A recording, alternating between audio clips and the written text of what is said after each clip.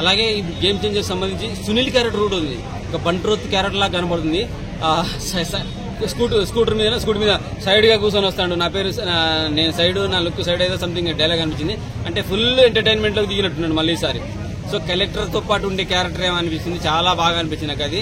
ఎందుకంటే టోటల్ గా white and white లో బంట్రోత్ లాగా ఒక డ్రైవర్ లాగా అనిపించింది. సో నాకు తెలిసి ఆ కలెక్టర్ పక్కన బంట్రోత్ టైప్ లో ఉండేటట్టు ఫీలింగ్ కలిగింది. నెక్స్ట్ ఎస్జే సూర్య, అమ్మో ఆయన వాయిస్, బేస్ వాయిస్ అయితే మస్తు అనిపించింది. నాకు తెలిసి ఇప్పుడు ఇంకా ఈ 2025లో తెలుగు ఇండస్ట్రీకి ఎస్జే సూర్యతో అతిపెద్ద విలన్ కనపడబోతున్నాడు అనే ఫీలింగ్ కలిగింది.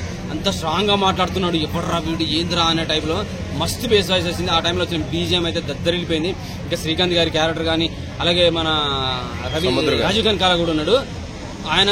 సో ఫ్యామిలీ ఉన్నట్టున్నాడు, బ్రదర్ టైప్ ఏదో ఉన్నట్టున్నాడు. సో ఆయన ఉన్నాడంటే ఆ ఫ్యామిలీ పరంగా బ్లాక్ బస్టర్ అయ్యే ఛాన్సెస్ ఉంటాయి ఆ ఎపిసోడ్స్ అన్ని, ఆ సీన్స్ అన్ని. సో ఖచ్చితంగా ఈ సినిమాలో ఉన్న ప్రతి క్యారెక్టర్ ని శంకర్ గారు చాలా బాగా మలిచాడని అనిపిస్తుంది. అలాగే కియారా అద్వానీ మెలోడీ సాంగ్స్ కానీ, మాస్ సాంగ్స్ కానీ, ఆమె ఎంత పర్ఫెక్ట్ గా డాన్స్ చేసిందంటే నిజంగా రామ్ చరణ్ తో పర్ఫెక్ట్ గా డాన్స్ చేయడంలో కానీ, ఆ బాడీ కెమిస్ట్రీ యాడ్ అవడంలో కానీ కియారా అద్వానీ పర్ఫెక్ట్ అనే ఫీలింగ్ కలిగింది. ఇప్పటివరకు ఎంతో మంది హీరోయిన్ చేశారు, ఈమె ఇంకా బెస్ట్ అనే ఫీలింగ్ కలిగింది. ఎందుకంటే ఇద్దరు మంచిగా సన్నగా హైట్ గా సేమ్ కనిపెట్టేట్టు అందంలో కానీ అమ్మాయి చాలా అంటే చాలా బాగా చేసింది. అఫ్కోర్స్ ఇంతకుముందు చేసిన సినిమా నార్మల్ గా అనిపించింది కానీ శంకర్ కాబట్టి ఆల్రెడీ 70 కోట్లు 80 కోట్లు ఖర్చు పెట్టాలన్నారు సాంగ్స్ కోసం.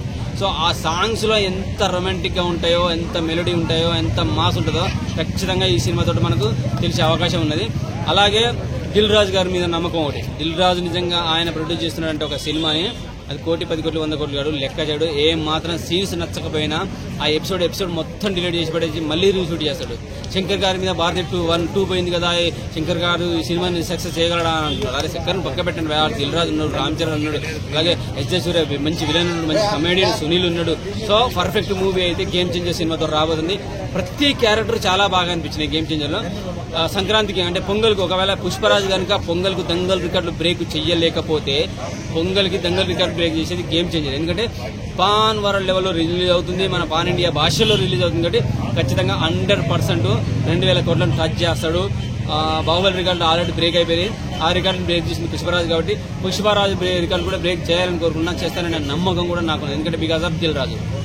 అంజలి గారి క్యారెక్టర్ ఎలా ఉందంటే, అంజలి క్యారెక్టర్ అమృతం అన్న అమ్మ పాత్ర ఉంటే, అలాగే అప్పన్న గారితో వైఫ్ క్యారెక్టర్ కాబట్టి మామ అనే వాయిస్ కూడా, అంటే మామ అనే వాయిస్ లో చాలా అద్భుతం, ప్రేమ అనురాగాలు చాలా ఉంటాయి.